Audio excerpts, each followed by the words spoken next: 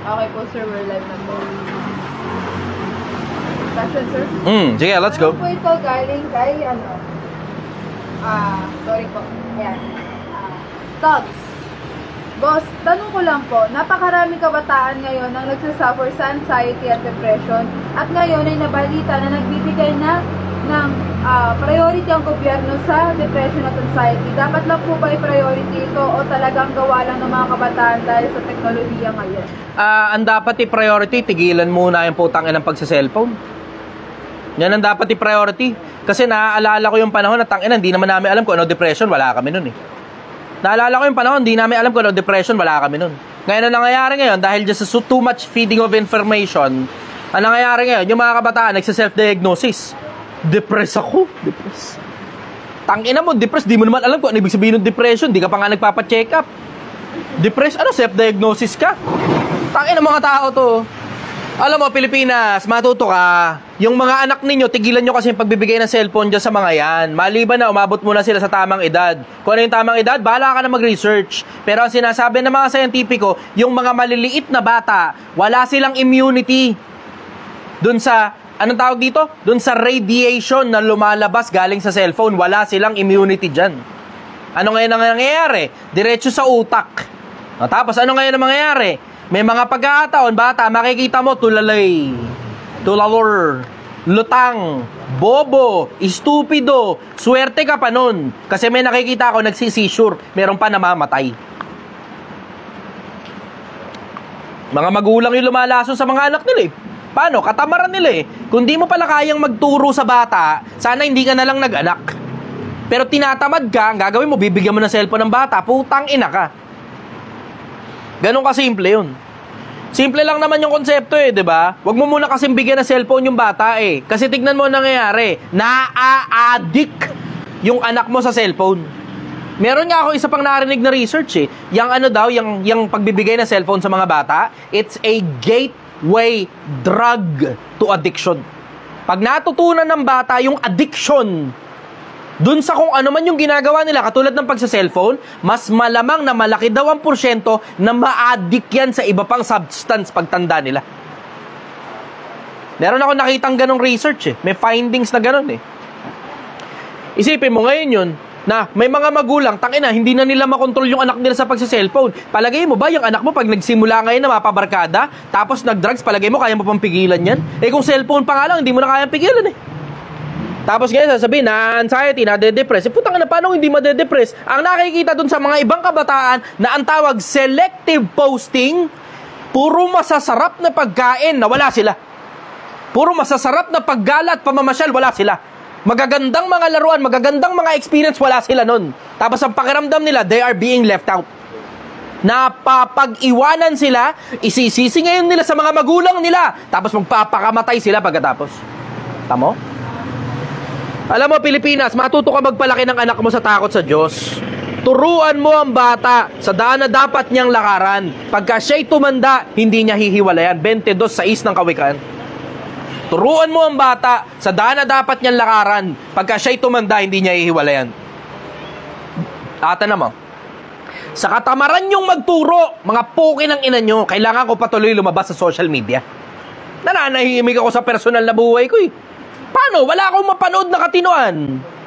Paano? Yung mapapanood mo ng mga panahon ng pandemya, puta, pag pumunta ka ng TikTok, yung mga suso nagkakalugan. Tangina. Yung mga poet nagtutuwaran. Yung iba, tangina, parang gago, tinataas pa nila yung mga damit nila ng ganyan. Nataas na ganyan. O tapos ngayon, hanggang dito lang sa may banda suso, malapit sa utong. Tapos, inipit pa nila dun. Tapos siya sila magkikika-ending ng ganyan.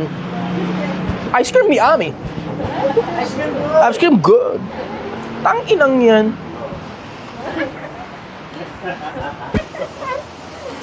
Tapos ngayon, magtataka ka ngayon, ba't nabuntis na maaga yung bata? Malamang, tangina, nagpo-post ng nudity sa social media. Baka, mga magulang, baka hindi ninyo alam, may bagong trend ngayon. Ingatan nyo sarili nyo, mga anak ninyo, putang ina, baka wala kayong malay dito. May mga bata na gumagawa ng paraan, dumidiskarte ng pera, para ibenta yung mga suso nila, pictures ng suso, pictures ng puke, mga videos na naked nila sa CR o sa kwarto, kung saan hindi nyo sila nababantayan, tapos pinapadalahan lang sila ng GCash. Baka hindi nyo alam, mga magulang. Yung mga anak ninyong nagsisigawa ng fake account, tangina, baka wala kayong malay, doon ang punta niyan. Kasi puro fake account ang gamit nila. Ang tawag nila sa fake account, dump profile. Dump profile. Baka wala kayong alam, magulang, na ang mga anak ninyo, binibenta na pala yung mga pictures ng susot, mga poke nila sa mga ibang tao. Baka wala kayong malay na gumagawa na ng diskarte yung anak ninyo dahil dun sa mga poke ng inang mga influencer na nagsabing huwag ka nang mag-aral, dumiskarte ka na lang. Ngayon, yung mga anak nyo, wala kayong malay, kaya pala bumabagsak yung grade kasi nakakatikim na ng pera. Nakakatikim na ng pera. Wala kayong kamalay-malay. Ano ba nangyayari, Gail? Yung TikTok naglalabas na naman ako content disclosure. Ayaman lang siya, huwag mong dudutin na nadidistract ako. Kailangan ko pinutin. O, X mo na lang. Ganun lang, X mo na lang. Oo. Yan, pagka nagka-problema, relive na lang tayo, ganun na lang. Wala namang problema rin eh. Ngayon, going back to sa sinasabi ko, depression tungkol sa kabataan, isa sa mga pinakamalalaking dahilan kung bakit ang mga kabataan na de-depress, tangina yung mga magulang eh. Nagsisipaglabas kayo ng tao, hindi pa naman kayo lapat para maglabas ng tao eh. Hindi pa nga kayo marunong maging tao eh. Yung mga iba, pukin ng mga magulang yan, hindi pa nga marunong magbayad ng utang, tapos nag-aanak ka. Simpleng pagbabayad lang ng utang, di ka pa marunong, nag-aanak ka pa. Simpleng paghahanap buhay lang para kumita ka ng maayos na pera, para may maibayad ka sa putang inang kapitbahay yung sinuba nyo. Hindi nyo pa magawa, tapos mag-aanak ka. Tangin ang pera mo nga, inaasa mo pa sa kapatid mong OFW, hindi ka ba nahihiya? Tapos yung kapatid mo ngayon, yung ikaw ngayon mag-aanak ka pa, iaasa mo rin sa kapatid mong OFW yung pandayaper. Putang ina yung kapatid mo OFW, wala kang anak eh. Hindi ka nahihiya. Tangin na, nakakadiri kayo. Nakakadiri kayo. Nagsisipag-anak kayo, nagsisigawa kayo ng tao rito na yung mga taong ginagawa nyo, puta, mga hayop na lang. Pinaparamin nyo pa. May mga tao talagang hindi talaga dapat nabubuhay dito sa mundo eh. Mas maigi pa hayop kaysa sa mga ganyan. At least yung mga hayop, di nakakahingi ng pera sa OFW eh. Tang-inang yan. Kinang-ina. Biro mo habang nandun ka sa abroad, hirap na hirap ka, tapos sila rito nagpapasarap, gawa pa ng gawa ng bata. Tapos mamamangha ka eh. Minsan mga magulang, sabihin, yung mga nanay nila dito sa Pilipinas, sila nasa abroad, yung kapatid mo, ikaw, nabuntis, padalhan mo. Sa akin, putang ina, nabuntis yung kapatid ko, putang ina nyo, sipain nyo palabas ng bahay yan. Marunong na gumawa ng bata yan eh. Hindi na bata yan, gago. Hindi na bata yan, marunong na gumawa ng bata yan. Ngayon, dapat ang matutunan yan, makasurvive sila sa sarili nila, matuto silang gumawa ng pera, putang ina nila. Kung marunong ka nang gumawa ng bata, dapat mas marunong kang gumawa ng pera. Basic, putang ina. Tapos sasabihin nyo, nade-depress sa mga kabataan. Paano hindi made-depress? Tangina nyo, mga magulang kayo, di kayo marunong gumawa ng bata eh, di ba? Sana, matuto muna kayo sana na gumawa muna ng sarili ninyo, buuin nyo muna sarili nyo. Tangina, mas magaling ka, nakakamangha eh, no? Hindi marunong magpalaki ng bata eh. Ang alam lang nila, kantutan. Yun lang, lalabas sila ng tao rito sa mundo. Paglabas ngayon ng tao rito sa mundo, tangina mo, bahala ka na dyan. Paano hindi madidepress yung ginawa mong tao? Wala kang tinurong laman ng utak. Paano? Ikaw rin kasi, wala rin kasi laman yung utak mo, gawa ka lang ng gawa ng bata. Diba? Ganun yung kasimple yung konsepto. Kasalanan ng mga magulang yan. Kasalanan ng mga magulang yan. Tangin ng mga magulang to. Yan ang sagot ko ron. Mga magulang, tigilan nyo kasi yung kagagawa ng mga bata nang kayo mismo hindi pa kayo marunong maging tao. Gawa kayo ng gawa ng tao eh. Tapos ano gagawin nyo? Ito pinaka-common eh. Yung mga putang inang gawa ng bata ng mga putang inang yan. Mga wala silang malay kung paano gumawa ng pera. Ngayon, jack of all trades yung mga yan. Sumasahod ng minimum. Nagre-reklamo pa sa gobyerno yung mga putang inang yan. Nagreklamo, babay ka ng sahod. O anong ginagawa mo? Ang baba pala ng sahod, di ka pa nagtatrabaho. Tangina mo, huwag kang magreklamo sa baba ng sahod kung wala kang trabaho, ulul. Diba? Ganun lang naman kasimple yun eh. Hindi ka naman nagtatrabaho, nagreklamo ka sa baba ng sahod. Ang dapat nagreklamo sa baba ng sahod, yung gumagawa ng pera. Yung nagtatrabaho, hindi ikaw. Tapos ngayon, ito mga to, puta, nagreklamo ngayon yan, kasalanan ng gobyerno, ba't mahirap sila? Kasalanan ng gobyerno, ba't mahirap sila? Gagawa pa ng gagawa ng bata. Ngayon, ano ginawa mo nun? Parang ang gago. Kumuha ka ng bato, pinalo mo sa ulo mo ng maraming ulit, gawa ka pa, 3, 4, 5 bata. Putang ina mo, alam mo na nga mahirap yung buhay, gawa ka pa ng gawa ng bata eh. Tangina, anong kabubuha ka, stupido ka? Tangina mo. Katangahan mo, hayop ka, tanginang yan, tapos gawa pa ng gawa ng bata, tapos magreklamo yung mga bata, hindi-depress kami. Malamang, magulang ninyo eh. O sige mga bata, akin na lang kayo, makinig kayo sa akin regular. Tuturuan ko na lang kayo paano maging tao. Tangina. Turuan ko na lang kayo paano kumita ng pera, para gumalang sa mga matatanda, paano maging employable, paano maging milyonaryo, paano maging matinong tao. Turuan ko na lang kayo. So habang nagbabagong buhay ako, kasi siraulo rin naman ako, Papakita ko na lang sa inyo yung journey ko, kopyahin nyo na lang. Gayahin nyo na lang. Simulan muna natin sa paggawa ng pera kasi ang hirap magbagong buhay pag wala kang pera. Ang hirap maging mabuting tao pag wala kang kinikita. So, turuan ko muna ako paano gumawa ng pera. Okay ba sa inyo, Pilipinas? Okay ba sa inyo yan? Type yes nga kung okay sa inyo yan.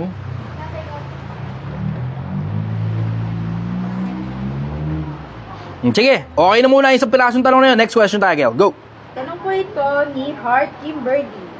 Boss Ano? G, Heart Kimberly. Okay. Iba yung dinig ko. Heart Kimberly.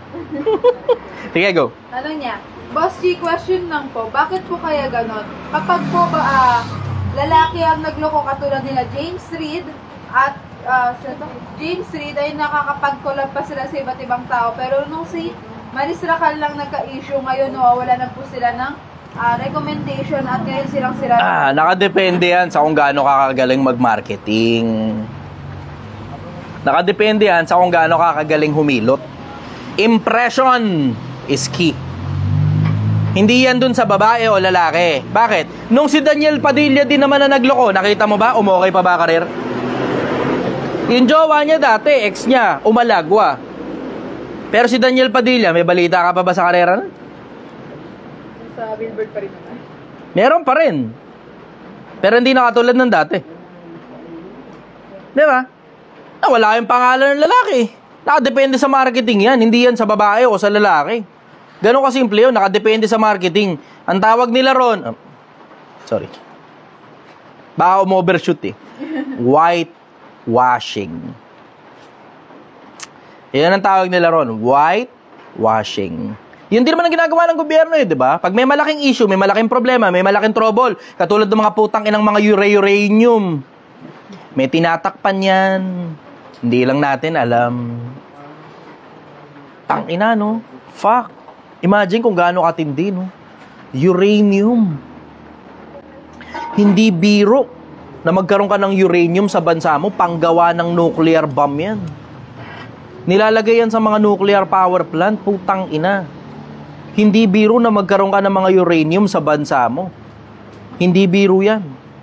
Pero imaginein mo, putang ina, yung tindi nung kailangan pagdaanan ng uranium na yun para lang madala dito sa bansa na to. Ang tanong, sino yung mga politiko na pumayag pumasok yung mga uranium sa bansa natin? Kasi it sounds to me like private entity ang mga nagpasok niyan. Hindi normal yan. Gobyerno lang dapat ang nakakapagpasok niyan sa bansa natin. Kasi kailangan mo ng military grade na land at saka sea transportation para ma-transport mo yan ng walang namamatay. Yung mga taong nagbabantay, puta, radioactive na. Tangina, nakakahawa radioactivity. Nakakahawa yan. Nakakalason yan. Tapos wala kang malay. Basta ka nalang tinutubuan ng kung ano-anong mga bukol at nakaka-cancer. Tangina. Ngayon, tungkol dun sa babae o lalaki, hindi tungkol yan sa babae o lalaki. Nakadepende yan kung gaano kakagaling sa impression ng publiko. Wow! Whitewashing. Yan ang sagot ko rin. Next question. Galing kay Tattoo Live 001. Skilled ako sa pagnanakaw, kaya yan ang gusto ko. Gusto ko talagang nagnanakaw. Ano po ba dapat kong gawin? Oo, alam ko yun. Merong mga ganun talagang skill. Yung mga illegal. May mga ganong skill illegal. Ako rin, nagkaroon din ako ng ganong skill illegal. Siyempre, hindi ko nasasabihin kung ano. Diba? Sa social media to eh. Pero alam naman ng mga personal na kaibigan ko yun eh. Alam nila yun. Ngayon, ako personal, pinakinabangan ko yun for some time. Dahil pera. Pagka illegal, maraming pera eh. Instant ang pera. Katulad yan, pagnanakaw. Instant ang pera sa pagnanakaw eh. Instant ang pera sa pagnanakaw. Pero, tiyan mo, yung mga politiko nga eh, tangina, gagaling din pumitik eh, no? Pumasok sila ron ng naka Honda, ganun. Senado, Honda. Tangina, lumabas sila, naka Mercedes-Benz, no? Hindi lang G-Class. Yung tagta 29 million na halos kahalaga na ng Ferrari. Putang ina mga tao. Tang inang yan. Kaya si Duterte sabi niya yun eh. Pumasok kayo rito, bla bla, ano lang yung kotse nyo. Paglabas nyo, naka Mercedes-Benz na kayo. Putang ina. Imagine mo yun, no? Yun talaga, legit. Tangina, yun talaga legit na skill sa pagnanakaw. Tangina, legit na skill sa pagnanakaw yun. Si ano nga, Sara nga eh, di ba? Imagine mo yun, hindi ko naman sinasabi magnanakaw si Sara, pero tangina, imagine mo yun. Ilan yung nakapirma, Gil? 400, 600? 677. 400, 407 fictitious names. Kanino ngayon napunta yung pera? Oh! Op! Ito pa. Hindi yan, ha? Hindi yan. Yan na yan. Isa yan. That's one thing. Pero ito pa. Ang nireveal ng Sara. Oh! Ang nireveal ng Sara. Ang putang ina. May mga pera. Pinadala sa DepEd. Pinadaan sa DepEd. Tapos kinuha ng isang Marcos na hindi naman politiko. Oh! Oh! Ito pa. Let's scoop. Hati-hati lang to, ha? Kasi wala naman masyado nakikinig ng mga politiko dito. Maliban na yung mga tropa kong politiko, eh. Alam nyo na yan, ha? Hati-hati na lang to, ha? Tropa-tropa naman tayo, eh. Huwag kayong magalit sa akin. Kung Marcos ka man, o ano ka man, Duterte ka man. Alam nyo naman, eh, unbiased lagi ang opinion ko, eh. Laging pata sa magkabilang panig, eh. Ha? Ang administrasyon, takin na solid to. Kinuha yung pondo sa PhilHealth, 90 plus billion. Tangina solid yun. Wow. Pondo sa PhilHealth, sinikwat, pang, 90 plus billion. Eto malupit. Umutang sa World Bank 20 billion para sa healthcare system daw. Putang ina. Sabi ko, putang ina ng mga tao to. Sinikwat mo yung 90 billion tapos umutang ka ng 20 billion para sa healthcare. Ano to? Ano ginagawa mo? Nagawa mo? Tang ina. Ano yan? Tang ina yan. Anyways, yun mo nasagot ko. Hindi pa nasasagot yung tanong. Ano gagawin mo? Tignan mo, breakdown mo yung skill ng pagnanakaw. Baka meron dyang konsepto na con artist ka. Yan. Pagka con artist ka, ha? Sabi ko nga sa'yo, di ba? Bagong cellphone, syempre kailangan ihulog niya muna na maraming ulit yan. Ano kailangan binyagan? Nabinyagan na ngayon. Okay. Nahulog ang bagong cellphone ni Gail. Alright. Congratulations. Okay. Ngayon, ganito. Tungkol sa skill ng pagnanakaw, may mga iba-ibang components yan eh. Diba? Maaaring mabilis yung kamay mo o maaaring magaling kang magsalita. Maaaring magaling kang bumoka. Yung bilis ng kamay, mapapakinabangan mo yun sa iba-ibang bagay. Marami. Yung bilis ng pagsasalita o yung pagkokon mismo, if you are a con artist, mapapakinabangan mo rin yan sa maraming matitinong bagay eh. Gamitin mo sa katinuan. Himayin mo yung mga bagay na pinakikinabangan mo. Katulad, halimbawa sa networking. Isa sa mga pinakamalulupit na skill sa networking, yung taba ng utak, yung mindset, isama mo na rin pati yung boka. Na yung mga yan, kung i-convert mo lang papuntang legit, mapapakinabangan mo ng gusto yan eh. Imagine mo yung dami ng taong kaya mong kumbinsing magbagong buhay dahil lang magaling kang networker. Kung sana, doon nyo na lang sana ginagamit yung mga skill nyo, hindi sa panluloko ng kapang nangangako kayong yayaman sila in 3 months. Mga bugok. Hindi nyo sana ginagamit yung pang-tuition fee ng parents mo, ipang business mo na lang. Sorry. Yan ang sagot ko. Next question. Walang naman po ito galing kay JM. Ayan na. Boss, nakuha ko ng 1M. Kaso, So, nagpakabobo ako. Ngayon, nawala. Tapos nagkautang pa. Sitaw na! Ay, nako. Yan, MJ. Ikaw nag-promote niyan, di ba? O, ano ngayon? Promote pa. Sige, go. Next question. Ayan, tanong naman po ito galing kay... Ayan. Skibidi. Dating nasa magandang background, ngayon nasa bangketa na. Yun na yun? Hindi naman tanong yun. Statement yun eh. Kasi nga mas maluwang nga kasi yung bunganga mo kaysa sa laman ng utak mo. Yung matinong tao, nagtatanong muna. Diba? Tanong mo muna kasi, bakit? Diba? Pero ba dahil bobo ka, diba? Skibidi ka nga eh. Sino ba naman papangalan sa sarili niya Skibidi? Diba? Iskibobo. Iskibobo, iskitango. Ipagpapatawad ko na lang sa'yo yan. Mas maluwang yung bunganga mo. Alam mo, yan na mismo sumpa sa mga bobong tao eh. Yan mismo sumpa sa kanila. Alam mo, isa sa mga pinakamalalaking bagay na na-realize ko, yung mga bobong tao, pag hindi ka sumagot sa kanila, para mo na silang isinumpa. Yung mga bobong tao, pag di ka sumagot, matalinong tao ka, tapos may bobong tao nagbulalas ng kabobohan niya sa'yo, pag hindi ka nagsalita, para mo na rin silang isinumpa. Ganon yung konsepto. Kasi isipin mo, hindi na sila maalas sa kabobohan nila. Tangina ngayon, they have to live the rest of their lives in stupidity and they will have an agonizing death. Sipin mo, tangina mula pagkabata hanggang naging bobo ka. Tapos nga nagbubulalas ka ngayon ng kabobohan mo sa internet para bumira sa isang putang inang vlogger na wala kang kamalay-malay kung sino talaga siya Tapos ito, pinakamalupit na parte. Dahil sobrang bobo mo, babalik ka ngayon sa dating buhay mo. Pumindot-pindot ka ng konti, pakiramdam mo, umangat na tao ka, diba? Ang hata ka pa babae. Nakatapa ka ng tao eh. Pakiramdam mo ngayon, umangat ka. Tapos ito ngayon masarap. Pagpatay mo ng cellphone mo ngayon, babalik ka sa miserableng buhay nyo na walang kisame, walang palitada yung dingding, tapos hirap na hirap kayo. Isang buong pamilya kayo. Yan ang pinaka-common dyan sa mga fake accounts. Sobrang common yan. Sobrang common yan. Mga estupidong mga taong bobo. Ipinagpapatawad ko na lang sa'yo yan kasi yung mismong buhay mo mismo, sumpa na sa'yo yan. Mismong buhay mo, sumpa na sa'yo. Next question. Tanong po ito galing kay Samuel Hermosa 887. Sir, yung jowa ko may affair sa tito niya. Ano po dapat kong gawin? Hayaan mo na siya. Bigyan mo na sa tito. Pambira ka naman. Nakikisaw-saw ka pa ron. Family, ano yan eh. Family strokes yan. Nakikisaw-saw ka pa ron. Alam mo na nga may affair siya sa tito niya. Hayaan mo na siya dun. Pambira ka naman. Family strokes yan. Family issues yan. Bigay mo na lang siya ron. Hanap ka iba. Pambira ka naman talaga. Oh. Alam na nga wala sa lugar. Pumili ka pa ng ganyan. Okay na. Matatanggal mo pa ba yan dyan? Hanggang mamatay yan, nakadikit niya sa tito niya. Nagkakatutan sila tuwing wala kang malay. Tangay na, wag tayo maglukuhan. Puta, lumang tugtugin na yan eh. Lumang tugtugin, kaya nga nagkaroon ng ganyang mga ano eh. Kaya nga nagkaroon ng ganyang konsepto ng porn eh. Diba? Kasi may tumatangkilik nga kasi sa ganong klase ng porn. Kasi isipin mo, kung walang tumatangkilik sa ganong klase ng konsepto ng family strokes, palagay nyo ba magtutuloy-tuloy yung production ng ganong klase ng porn? Kaya nga kasi tuloy-tuloy yung production ng ganong klase ng porn. Kasi nga, meron nga talagang madrasta na pinagnanasaan yung anak-anakan niya. Merong mga chewin, pinagnanasaan yung pamamangkinan niya. Diba? Ganon kasimple yung konsepto. Kaya nga, tuloy-tuloy ang production niyan kasi may tumatangkilik nga. Nakita mo na nga sa internet yan. Nakita mo na rin sa tunay na buhay. Ayaw mo pang kumalas dyan. Bahala ka, habang buhay magkakantutan niya. May anak na kayo, nagkakantutan pa rin sila ng chewin niya. Bahala ka. Okay, nanganganing-ngani kayo, no? Oo, ganito ka-twisted ang tunay na mundo.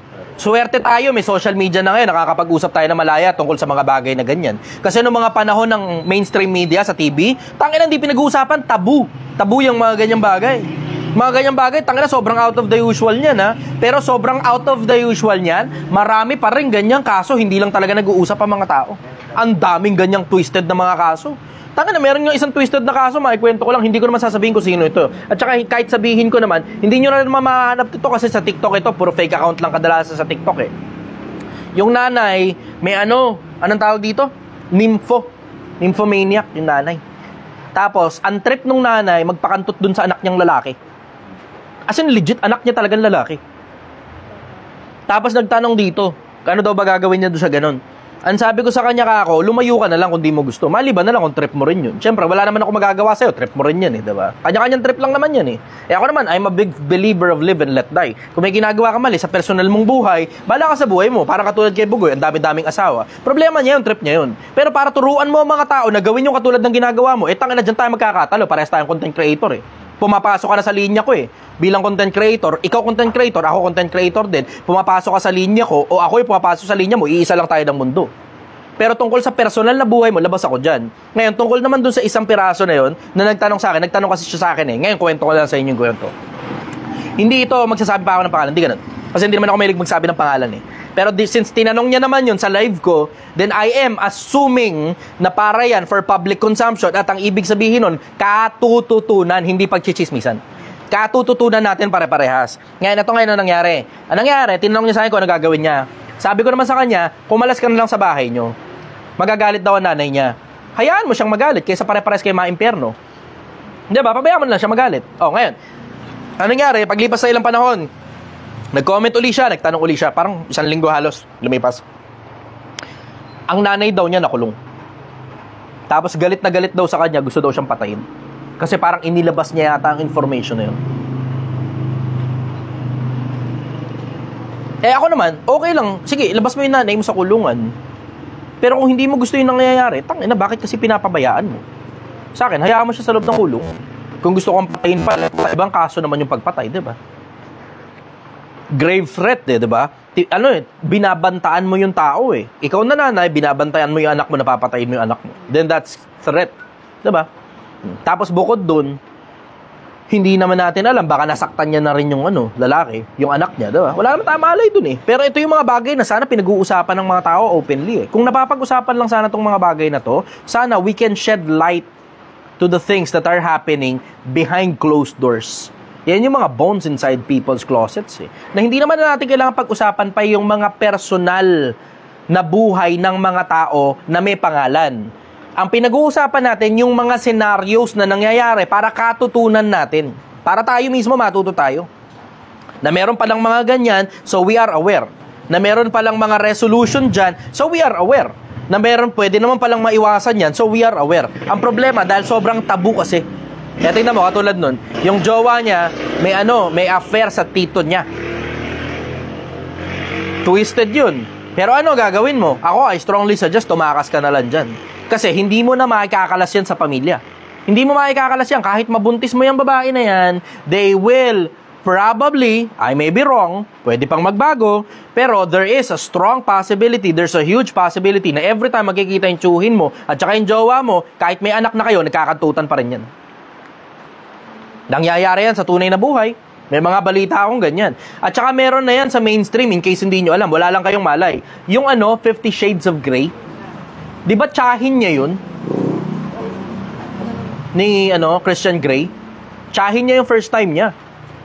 Kung napanood niyo yung tsahin niya yung first time niya.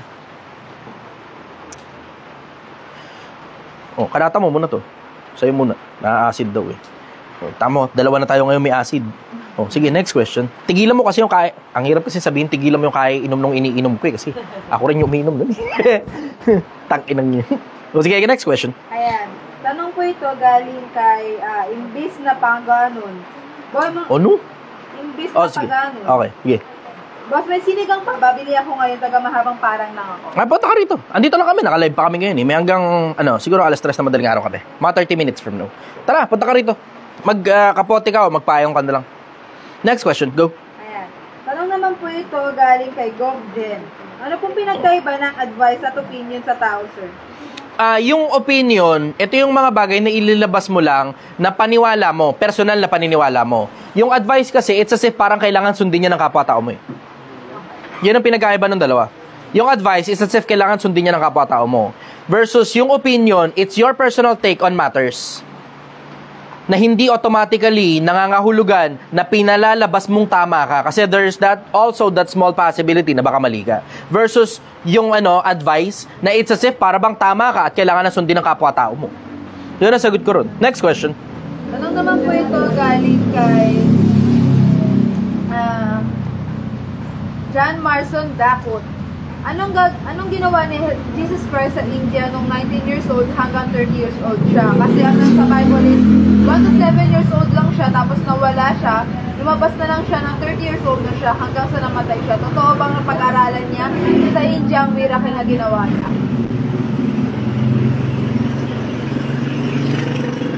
Hindi. Hindi totoo na nawala si Jesus Christ mula 13 yan, mali yung information na nakuha mo. 13, papuntang 30 anyos. Hindi totoo na nawala siya. Hindi. Hindi totoo na nawala si Jesus Christ. Kasi naghanap ako, nakakita ako kung nasan siya eh. Hindi siya nawala. Hindi siya nawala. Actually, may mga ibang pastor na nga sa internet na naglalabas na nito eh. Hindi siya nawala. Nandun siya. Kasama siya ng tatay niya, kasama siya ng pamilya niya. Nagkakarpintero siya. Wala lang talagang remarkable sa kanya dun sa panahon na yun. Kasi kung ano ginagawa ng tatay, kung ano puno siya ang bunga. Ang tatay niya, alwagi, kung tawagin, karpintero.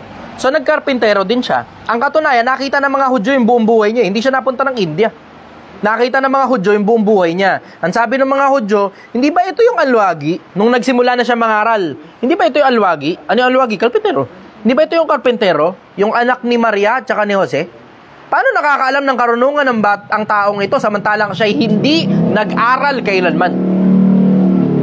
Considering na yung mga categorical yung pagkakasagot ng mga nung mga Hudyo na si Kristo nakita nila yung buong buhay, tapos paano nakakaalam ng karunungan to? Hindi naman nag-aaral yan kahit kailan Paano nila masasabing hindi nag-aaral kahit kailan kung hindi naman pala nila nakita yung buhay niya at nawala pala siya? Siguro, sasabihin doon, maliban na lang nung pumunta siya ng India, ganun. Wala namang ganung nakasulat eh. Walang ganun nakasulat eh. Ang nakasulat, hindi siya nag-aaral kailanman. Yun ang nakasulat. Nakita nila buhay nun, hindi ka magtataka sa isang taong nakakaalam ng karunungan na galing sa malayong lugar. Yun ang sigurado. Given known information yan. Hindi ka magtataka sa isang tao na nakakaalam ng karunungan kung galing siya ng ibang lugar. Bakit? Di mo naman nakita buhay niyan eh. Diba? Wala ka malay, katulad sa akin, diba? Hindi ka nagtataka mataba utak ko. Bakit? Hindi mo naman nakita lahat ng panahon na lumipas eh. Pero pag isang araw, imagine mo yun, prank-prank lang halimbawa ginagawa ko. Kaletsean lang, kalog-kalog lang ng tumbong, ganon. Pakipakita lang ng titi ko, ganon. Tapos biglang isang araw nangangaral ng maraming iba-ibang mga bagay tungkol sa mga pangmatabaang utak. So baka dun mind-blown ka paano nakakaalam ng karunungan eh. Samantarang alam lang naman ito, tumuwad-tuwad at mag-magic mic sa harap ng camera. Baka dun magtaka ka. Bakit? Nakita mo yung kung anong mga unang contents ko eh. Baka ganun. Pero wala naman akong ganong contents eh. Huwag kayo mag-alala. Kasi hindi ako marunong sumayaw. Marunong lang ako kumanta, pero hindi ako marunong sumayaw. Pero anyways, going back. Si Kristo, nakita nila yung buong buhay ni Kristo eh. Nakita nila. Hindi ba ito ang luwagi, ang anak ni Maria at saka ni Jose? Paano nakakaalam ng karunungan ng taong ito? Samantalang siya hindi nag-aral kailanman. Ano ibig sabihin? Nakita nila buong buhay ni Kristo. Nabulala sa harap nila na nagkakarpintirya lang to, tapos biglang isang araw, biglang nangangaral na. So, hindi siya nawala. Hindi totoong nawala siya. Sa mga hindi nakakaalam, opo, hindi totoong nawala siya. At marami pa akong iba pang mga bagay na natutunan na may mga conspiracy theory tungkol sa maraming bagay na may kinalaman sa Biblia. And it turns out, ang majority sa kanila hindi totoo. Ang majority sa kanila, yung tungkol sa tungkol sa 3 hari na bumisita kay Kristo, walang haring bumisita kay Kristo. Walang haring bumisita kay Kristong 3 nung mga panahon na pinanganak siya. Ang nakasulat doon, mga pantas na lalaki. Hindi nga rin sinabing 3 eh. Ang meron lang, 3 yung regalo. 3 yung regalo. Inassume na lang ng mga tao na 3 yung taong nagbigay. Tapos, inassume din nilang hari din yung 3. Hindi hari yun, kasi ang hari nung panahon na yun si Herodes eh. Dumaan pa nga yung mga hari na yun kay Herodes. Oh. Hindi 3 yun. At hindi rin lalo hari yun. Mga pantas na lalaki ang nakasulat dun. So, ano ibig sabihin? Naloko tayo. Ito pa mas malala, yung December 25. Malapit na. Naloko rin tayo. Hindi pala totoong dun pinanganak si Kristo. December 25. At mismong Katolisismo may sabi. Galing sa Catholic Encyclopedia. Ang dami ko pang mga nakitang conspiracy theory sa social media. Sa totoong buhay natin na mga bagay na tinanggap na lang natin. Wala tayong kamalay-malay, hindi pala totoo. Hindi totoo. Walang Santa Claus, walang Rudolph, walang nuno sa punso, walang manananggal, walang tikbalang. Si Kristo hindi pinanganak ng December 25. Hindi totoo yung 3 hari. Hindi totoong asawa ni Kristo si Maria Magdalena. Hindi totoo na pinanganak nawala si Kristo mula 13 hanggang 30. Hindi totoong sabungero si Pedro. Kasi may hawak na manok sa langit eh. Hindi siya sabungero. Mangingisda siya. Mangingisda. At maraming iba't iba pang mga bagay na natuklasan ko na pag-question ko sa mga bagay na akala natin lahat, pare-parehas tayo kasama ako. Akala natin totoo.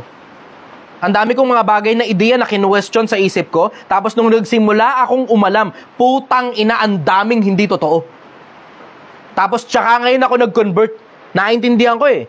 Mula dun sa mga bagay na natutunan ko, from religion, nag-convert ako papuntang influencers, tapos inisa-isa ko yung mga influencers, putang ina yun, dami yung sinungaling. Dun muna yun eh. Simula muna ako dun sa mga common knowledge. Tapos sumunod, yung mga tao na religious people na. Tapos tangina na-realize ko, ang karamihang religion, putang ina, pera-pera. Ang mga pastor, putang ina, mga ganid na mga tao. Tapos pagtingin ko pa sa paligid, ganun din ang mga politiko. Pagtingin ko sa paligid, putang ina, pati mga influencers. Putang ina, napapaligiran tayo ng mga ganid na tao. Wala kang mapagkatiwalaan, putang ina, wala kang mapagkatiwalaan. Wala. Hindi mo ngayon alam kung sino dyan sa mga matataas na tao na yan, yung totoo at saka yung hindi. Hindi mo rin alam sa lahat ng sinasabi nila kung alin pa ba dun yung totoo o alin dun yung pinagkakaperahan ka na lang. Putang ina. Grabe tong panahon na nakakita ko. Tangina, grabe.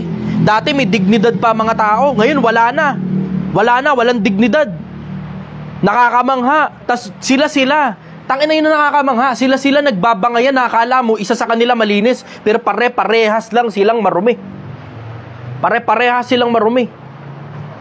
Ang pinagkaiba ko lang doon sa mga tao na yun, ako nagpipilit magbagong buhay. Dati rin ako dyan.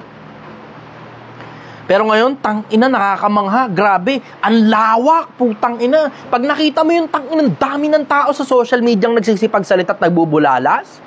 Pag inungkat mo kung sino-sino yung mga tao na yun, putang ina, mamamangha ka.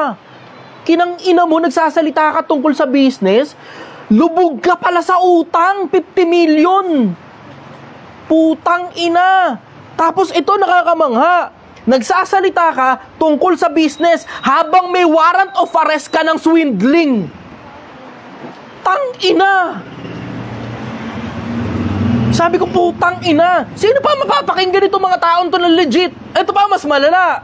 Sila na mga manluloko ng kapwa-tao, nagsasama-sama pa, nagkukulab-kulab pa. Ang dami nila, putang ina, ang dami nila. Ang dami nila.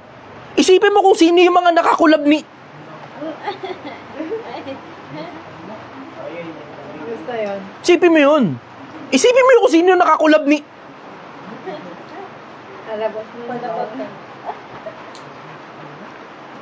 It turns out, kaya pala sila nagkukulab-kulab. Akala mo kinalegit nung isa yung isa, parehas silang tiwali. Tang-ina. Nakakagimbal nga eh. Nakakagimbal. Ako mismo namamangha eh. Sabi ko, fuck. Kaya alam mo, diretso, ginagawa ko na lang ngayon. Mag-content na lang ako. Bagong buhay na lang ako. Yung dumikit sa mga influencer. Putang ina, siraulo kayo, karamihan sa inyo. Alam mo, tama sabi niyo mga gago eh. Na-realize ko rin, nagme-make sense yung tao na yun. Tang ina. Kahit pa sabihin mo, sige, promote ng sugal. Yung isang parte na yun, kino-compartmentalize ko na lang yun. Pero naiintindihan ko ngayon yung konsepto na ayaw niyang kumonek sa ibang mga vlogger. Kino-compartmentalize ko na lang yun. Pero naiintindihan ko bakit ayaw niya kumonek sa ibang mga vlogger. Si ano pa? Anong pangalan ito? Merong isa pa eh, na influencer din na tungkol sa business na hindi kumukonek sa iba pa. Meron ako nakitang ganun eh. Merong isa pa eh, na hindi kumukonek sa ibang mga influencer na business din. Tapos meron siyang sarili niyang ecosystem. Nakalimutan ko anong pangalan na. Huwag kang magbabanggit ng pangalan. Ako lang magbabanggit. Kasi mamamali ka.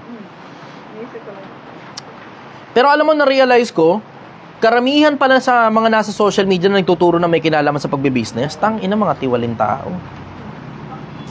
Iilang pirasong bilang na bilang mo lang sa mga kamay mo yung legit. Ito pa mabigat. Tangina kahit siraulong tao, yung mga legit pinapadikit nila sa kanila yung mga siraulong tao. May mga legit. Meron ako mga nakilalang legit sa social media na nagtuturo talaga ng business. Legit itong mga to. Ang mabigat, hindi ko rin maintindihan yung psychology behind eh. Na bakit ikaw legit ka, ba't ididikit mo yung sarili mo sa scammer? Hindi ko maintindihan eh. Hindi ko maintindihan talaga yung psychology nun eh. Iniisip ko kasi putok yung scammer na yun, dinikit niya yung sarili niya doon, para makuha niya siguro yung followers nun. Naintindihan ko yung ganong konsepto eh. Pero hindi mo ba naintindihan na tangina dumikit ka sa tao na yun, pinalegit mo yung scammer? Wala ka bang pakialam sa audience? Wala kang pakialam sa nakikinig sa'yo? Wala kang pagmamalasakit sa kapwa-tao? Tangina, pinapalegit nyo yung mga scammer? Namamangha ako, putang ina. Hindi ko makain. Hindi ko talaga makain, sobra. Hindi ko makain. Ewan ko. Hindi ko alam bakit ganyan. Nakakadiri. Sige, next question. Tanong naman po ito, galing ka... Hindi si Chinky. Chinky legit. Nakilala ko siya personal. Okay sa akin si Chinky. Kasi tignan mo, pansinin mo, ano sinasabi ni Chinky? Ang sinasabi ni Chinky diretso, mag-ipon kayo. Na oo, meron siyang binibentang course. Oo, meron siyang binibentang libro. Wala tayong pag-uusap doon. Pero parte lang yun eh. Nung inipon mong pera, baka gusto mong bumili. Yung iba, tang-ina yung inipon mo, dito mo ilagay. Tang-ina. Hindi si Chinky. Si Chinky legit, kilala ko personal, hindi scammer yan. Hindi scammer yan si Chinky. Hindi yan. Merong mga iba. May mga iba, tang-ina yung iba straight out. Yung buong inipon mo, amin na, payayamanin kita. Putang ina. Ha! Si Chinky nakikiparte lang eh. At maiintindihan mo. Bakit? Kasi sa tanda na ng tao na yun, sa dami ng mga natutunan ng tao na yun, puta, it's about time. It's about time. Nasa TV yan sa mahabang panahon eh. Di ba? Naiintindihan mo na yung tao na yun, nagsasalita talaga ng matino. Kasi pinapag-iipon niya ang mga tao para meron kang bubunutin sa panahon na ikaw naman yung may kailangan. Masama bang makaparte dun si Chinky? I don't think so. Bakit? Tinuruan kanyang mag-ipon eh. Nung magkapera ka, masama bang makakuha siya ng konti dahil sa binibenta niyang libro? Ganong kabarya lang naman yung binibenta niyang libro kumpara sa naipon mo, di ba? Parang konsepto lang din ito, di ba? Gasinong bumili ka ng 140 pesos sa sinigang kumpara mo naman sa naipon mong 100,000 na. Di ba? Bahala ka, choice mo yun kung gusto mong pumunta rito at bumili ng sinigang. Ganon din yung konsepto ni Chinky, naiintindihan ko siya eh. Ganon din yung konsepto niya eh. Na bahala ka kung gusto mong bumili ng libro o hindi. Pero mag-ipong ka. Naiintindihan ko siya ron. Hindi si Chinky. Pero merong mga iba, tang ina straight out. Grabe. Tangina, busalsal ang internet. Busalsal. Sige, next question. Natatanong ko ito galing kay Iraya Manawari. Sinuwerte ako makahanap ako ng isang nabubukod sa kanila na ang pangalan na siya Chester. Thank you po, kuya. Sinuwerte lang ako. Gusto ko ring sabihin sinuwerte din ako. Sinuwerte ako na natutunan ko yung mga bagay na natutunan ko. At habang dumadami yung natututunan mo at sobrang dami na nang meron ka na hindi na importanteng madugtungan pa, okay lang na madagdagan, pero hindi ka na naghahabol na madagdagan pa lahat ng meron ka. Tanginang importante na sa'yo yung kabilang buhay na. Hindi na to. Hindi na. Kasi anong pakinabang na makamtan mo ang buong sanlibutan kung mapapahamak naman ang iyong buhay? Sapagkat anong kaya mong ibigay kapalit ng iyong buhay? As soon as ma-realize mo na, hindi, itong kinikita ko, sapat na to sa akin. Tuloy-tuloy lang napapasok to. Pag nagka-cancer ako, papagamot ko sarili ko. Pag nadapa ako, balibinti ko, lalabas ko sarili ko sa ospital. Pag nakulong ako, kukuha ko abogado, may pambayad ako, lalabas ko sarili ko sa kulungan. Okay na sa akin tong kinikita ko na to. Ganon yung konsepto. Okay na sa yung kinikita mo, and then, eto ngayon. May papakita ako sa inyo, Pilipinas. May papakita ako sa inyo. Pakinggan nyo muna ako. Sa akin muna attention nyo. Sa akin muna attention nyo. Bigay nyo muna sa akin yung attention ninyo. Kung nagtatrabaho ka, magtrabaho ka, pero bigay mo muna sa akin attention mo. Meron ako isang ituturo sa inyo, isa sa mga pinakamalalaking bagay na natutunan ko sa pagkakaroon. Kasi may mga panahon na walan ako eh. May mga panahon nagkaroon ako. May panahon na walan uli ako. May panahon nagkaroon uli ako. May mga panahon na said ako. May mga panahon sumobra yung meron ako. Tapos isa sa mga pinakamalalaking sikreto ng pagkakaroon at pagkakawala at pagkakaroon uli, share nyo muna itong post ko. Tapos type done pag na-share nyo na. Share nyo muna ang post ko, tapos type done. May bibigay ako sa inyo, ito, diamante to. Hindi lang to basta ginto. Ang final form ng matter, sabi ng mga scientifico, yung crystallization. Pag nagki-crystallize na, yun ang final form ng matter. Sabi ng mga scientifico, until meron pa tayong matuklasan na bago pa. Ngayon, ito.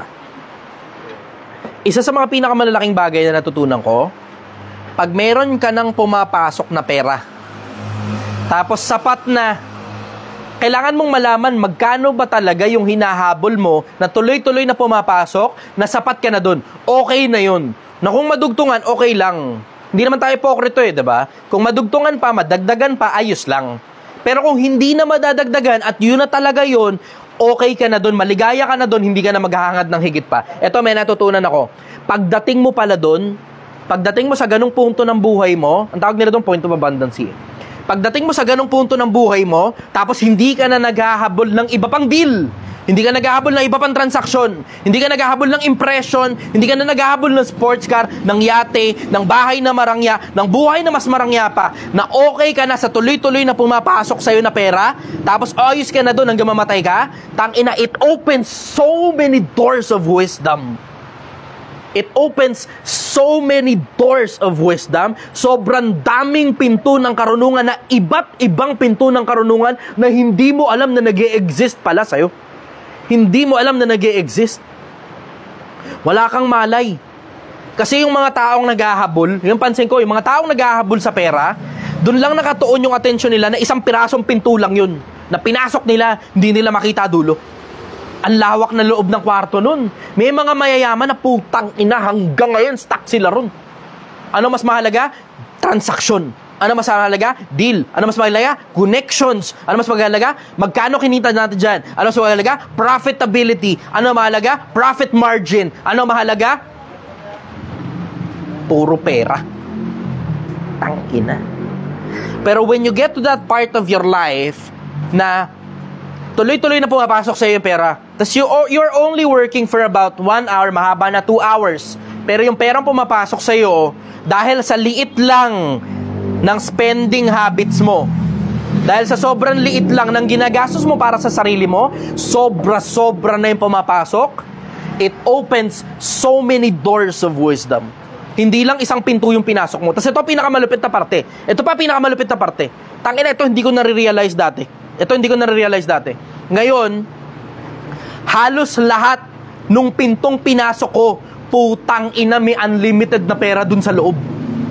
Halos lahat ng pinto na pinasok ko, may unlimited na pera sa loob. Bawat isa sa kanila, unlimited yung pera. Halos lahat.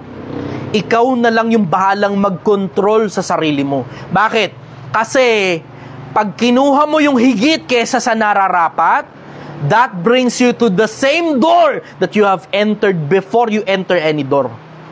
Greed.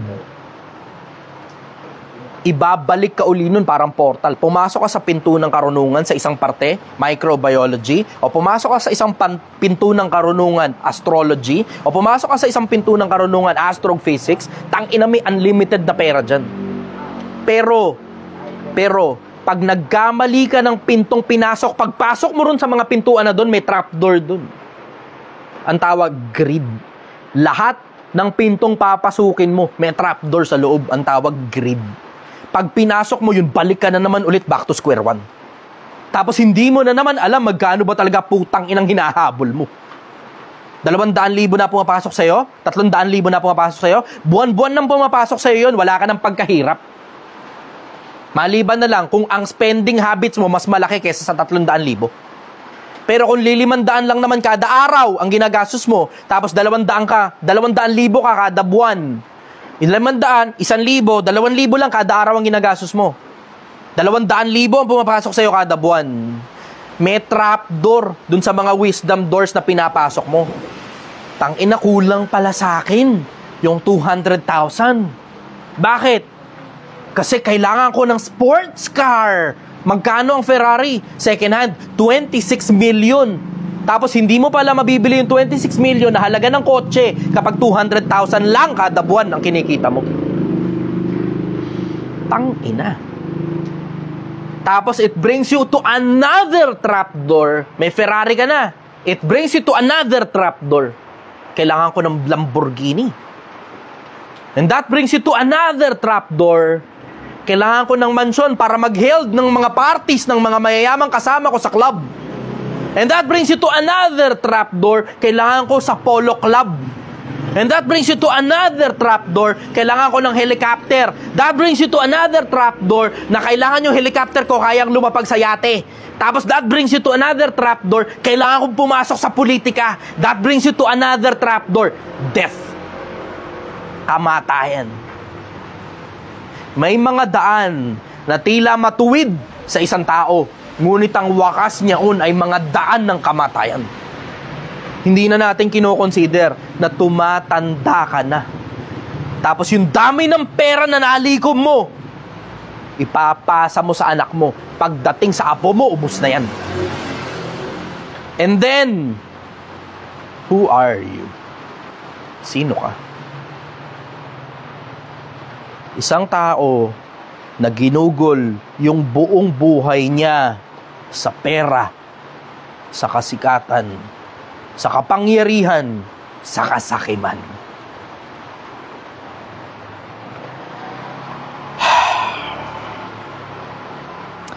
Magandang umaga sa iyo, Pilipinas. Mahal na mahal kita.